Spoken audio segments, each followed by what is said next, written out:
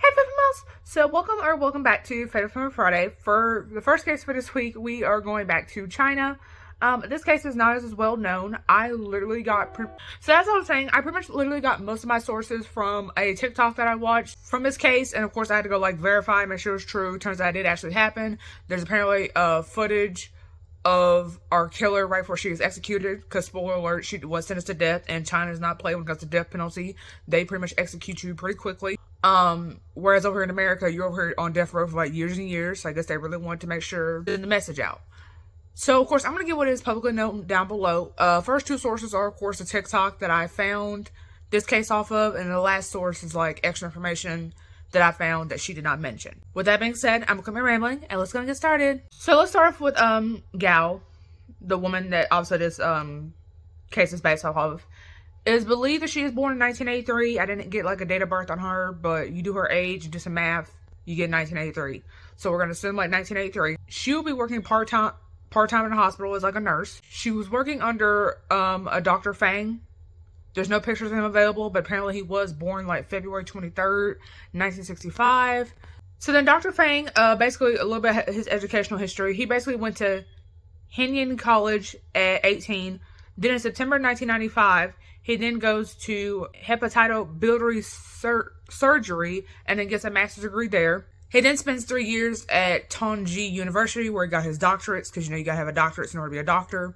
He then, in 1999, he then proceeds to go to Columbia University. And after all that, he then proceeds to get into Harvard University over in the States for post-molecular biology. Postdoctorates in molecular biology. So then apparently, like I said, the story takes place in China. Apparently he would briefly move to the United States, and by that point he was married and had at least 2 kids, because he brings the wife and the kids over to the States from China. He then comes back to China after he is promised basically a better salary. We can pay you better over here than what they can pay over there for you in the States. So then I guess he either was homesick or obviously bigger salary, and I know the language, why not? So then he goes back, and the wife apparently disagreed with this, and so they wound up divorcing, and I assume she had custody of the kids, because it didn't mention that he got custody. So February 26, 2006, Dr. Fang apparently has a birthday party at his house, and Gao is apparently invited, because again, they work at the same hospital, so they have crossed paths, they know of each other at least. So then apparently Gao would unfortunately get dizzy. Dr. Fang offers to take her home, because obviously, you can't drive yourself if you're ever feeling dizzy. So then apparently he takes her home. So then, as you can imagine, you already know where this is going. She is believed, but never actually confirmed. It is believed that your girl Gao was unfortunately raped by Dr. Fang at her house, and she wakes up with him in her own bed. So obviously she's terrified, and he's like, look, if you don't tell anybody, I can make you full-time position at the hospital. Because remember, like I said, she was part-time, and apparently if you full-time at the hospital, you get benefits that you wouldn't get with part-time. And apparently she really needed the money for her family, and it did not specify whether her family, as in she's taking care of her parents, because that's something they do over there in China, that's a cultural thing, or she had kids by this point, or she's taking care of that family, the family that she's created. Didn't specify, it just said take care of the family. So then apparently, they would regularly, sleep together in hopes that, and Gao was doing this pretty much in hopes to get that full-time position. So then eventually she would wind up meeting this guy named Wang, who's 18, he's born in 1988. She meets him on the internet, they start dating. By this point, apparently she is pregnant with Wang's child, and basically lets him know, hey, you're gonna be a dad. And from what I saw, it pretty much said that he obviously was not, we obviously can't have that, it's gonna cause a scandal in the hospital and all sorts of other stuff. By that point, Wang and Gao basically come up with a plan to kill Dr. Fang. On September 30th, we can only assume this is still 2006, Gao and Wang, they go pick up Fang. Obviously, Dr. Fang's gonna have questions as to who Wang is. So then they lie, basically say, oh, this is my cousin. Remember, they're dating, but obviously Fang doesn't know that. So we gotta lie and say this is a cousin. So then they drive to the forest, and basically Wang pretty much threatens Dr. Fang and is like, hey, if you don't give her a full-time position, we're gonna kill you. So then it turns out Dr. Fang comes out and is like, yeah, I actually never had the authority to do that. So they've been pretty much sleeping together for no reason. So then Wang would take a scalpel from the car, because apparently they just casually just had a scalpel in the car, whether it's from the hospital or didn't specify where it came from, but it's just a scalpel. Takes the scalpel from the car, injects it in Dr. Fang's neck. Dr. Fang is somehow able to escape. Then Wang proceeds to grab a hammer and then beats him to death. So now that he's dead, they pretty much leave his body there.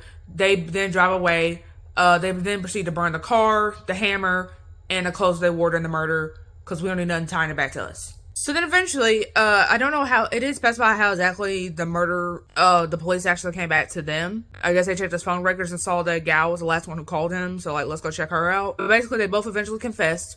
I guess she brings Wang into it, and then Wang is like, hey, we actually bought tickets for Tibet, and the plan was basically to like go to Tibet and never come back. So then they're both sentenced to death in September of 2008. Because like I said, Wang is 18, and obviously that's old enough to be executed legally, at least. And so his sentence would eventually get changed to life, so he would not get executed, but Gao still would. And apparently 30 minutes before she was executed, she found out his sentence got changed to life, and apparently she's on like camera like crying like tears of joy. And then within an hour she's dead, but at least she was happy that Wang was still able to live his life, even if it was behind bars, because he was so young. He's like 18, so he still has some life lived to him, if that makes sense. So yeah, with that being said, that's pretty much all I have for the case of Guo Shuang. Definitely know your thoughts on this case. Would you have done a similar thing? As far as the baby, because I know some of y'all probably like, where, like, wasn't she pregnant? They never specify exactly what happened to the baby, like whether it was a miscarriage, where she had to term, who got the kid now, if he's even still like alive. They just, was she even actually pregnant? Like, they didn't specify any of that. Because trust me, I want to know that too. If anybody has any more international cases that you want me to cover, definitely let me know. I cover fatal females 3 times every week. Subscribe for more fatal females. And I'll see you guys in the next one. Bye.